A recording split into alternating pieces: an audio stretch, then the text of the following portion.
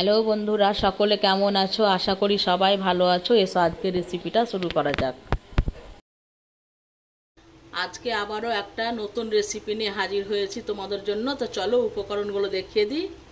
এখানে আমি 500 ভেন্ডি নিয়েছি, আর কিছুটা ধনে পাতা কুচি করে রেখেছি, একটা বড় পেঁয়াজ কুচি করে রেখেছি, পরিমাণ মতো সর্ষের তেল নিয়েছি, 2 চামচ টক দই ফেটিয়ে রেখেছি, আর 3 চামচ সাদা তিল মিক্সিতে বেটে রেখেছি, পরিমাণ মতো লবণ নিয়েছি, 1 চামচ চিনি নিয়েছি, আর অল্প করে একটু সর্ষে আর গোটা জিরে নিয়েছি ফোড়নে দেবার জন্য, আর 1/2 চামচ হলুদ নিয়েছি, 1 চামচ লঙ্কার গুঁড়ো নিয়েছি।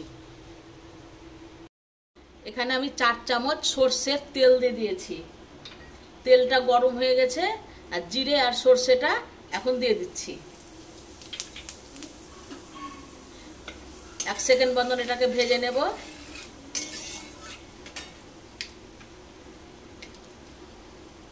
পেঁয়াজ কুচিটা দিয়ে দিচ্ছি।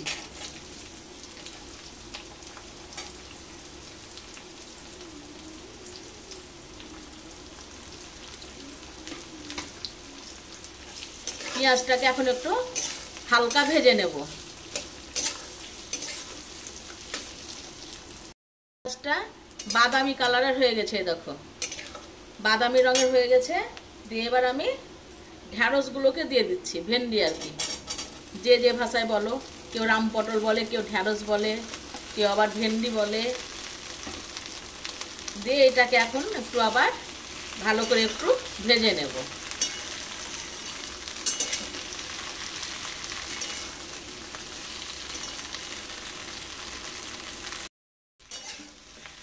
ভেন্ডিটাকে ঢাকা দিয়ে দিয়ে আমি ভেজে নেব, ঠিক আছে? এখন ঢাকা দিয়ে দিচ্ছি। ঢাকা দিয়ে দিয়ে ভাজাটাও ভালো হবে, ভেন্ডিটাও সেদ্ধ হয়ে আসবে। ঢাকা দিয়ে দিলাম, কিছুক্ষণ পর ফিরে আসছি। ঢাকা খুলে মাঝে মাঝে নাড়তে হবে।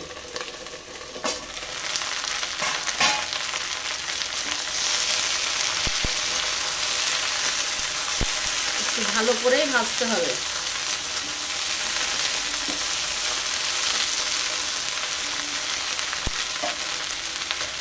আবারও ঢাকা দিয়ে দিচ্ছি। গ্যাসের আঁচটাকে একটু মিডিয়াম করে দেবো। এখন ঢ্যাঁড়সটা দেখো সেদ্ধ হয়ে গেছে, হ্যাঁ, আবার ভাজাও হয়ে গেছে। ঢাকা দিয়ে দিয়ে তোমরা 12 মিনিট মতন আমি ভাজলাম। দেখো ভাজা হয়ে গেছে, আবার ঢ্যাঁড়সটা সবুজও হয়ে আছে। এবার হলুদ আর লঙ্কার গুঁড়ো দিয়ে দিচ্ছি। চিনি দিয়ে দিচ্ছি।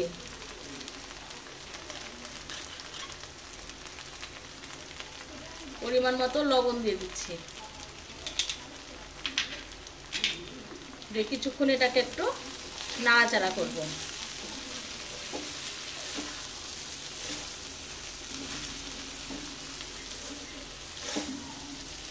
একটু নাড়াচাড়া করে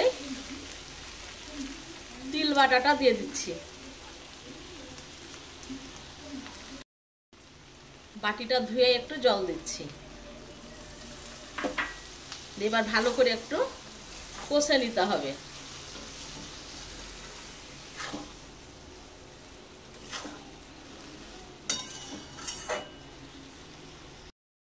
তিল বাটাটা দিয়ে আমি 2 থেকে 3 মিনিট মতন কষে নিলাম।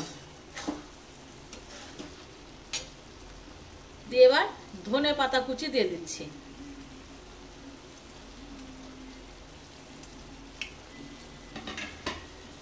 এটাকে দিয়ে আবারও একটু কষে নেব। তোমরা দেখতেই পাচ্ছ কি সুন্দর হয়েছে। এটা দিয়ে তোমরা ভাত রুটি যেটা দিয়ে খাবে খুব সুন্দর লাগবে খেতে। ঢ্যাঁড়স তো সবাই খাই, আমি কিভাবে বানালাম এরকম করে একবার খেয়ে দেখো বন্ধুরা। আশা করছি তোমাদের ভালোই লাগবে। নতুন বন্ধুরা সাবস্ক্রাইব করে দেবে, আর পুরনো বন্ধুরা লাইক করে দিও, আমার ভিডিওগুলো শেয়ার করে দিও বন্ধুরা। ধনে পাতাটা দিয়ে আবারও 3 মিনিট মতন কষে নিলাম। দেখো জলটাও একদম শুকিয়ে গেছে। আর গ্যাসের আঁচটা মিডিয়াম করে রাখবে, ঠিক আছে? খুব বাড়িয়েও দেবে না, একবারে কমিয়েও দেবে না। 3 মিনিট কষিয়ে নেওয়ার পরে এবার আমি সব লাস্টে টক দই দিয়ে দিচ্ছি। দিয়ে একটু ভালো করে একটু আলতো হাতে একটু নাড়াচাড়া করতে হবে, কেন ঢ্যাঁড়স তো একটু লাজুকে, কারণ ভেঙে একদম ধরো ঘেটে যাবে, গলে যাবে। এরকম করে খুব সাবধানে একটু নাড়তে হবে।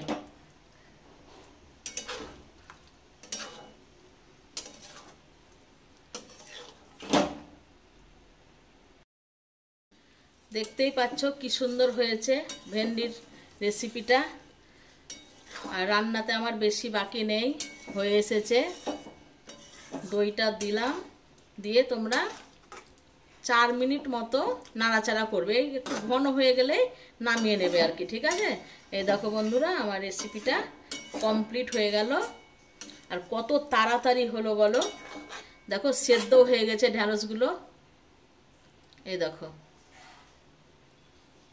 গ্যাসের আঁচটাকে কমিয়ে কমিয়ে করবে।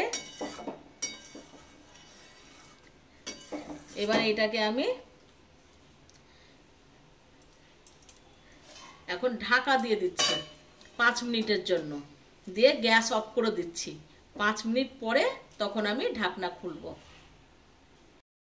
5 মিনিট পর ফিরে এলাম বন্ধুরা, তো চলো ঢাকনা খুলে দেখে নিই। এই দেখো কি সুন্দর হয়েছে, তোমরা দেখতেই পাচ্ছ। এবার এটাকে আমি অন্য পাত্রে তুলে নেব।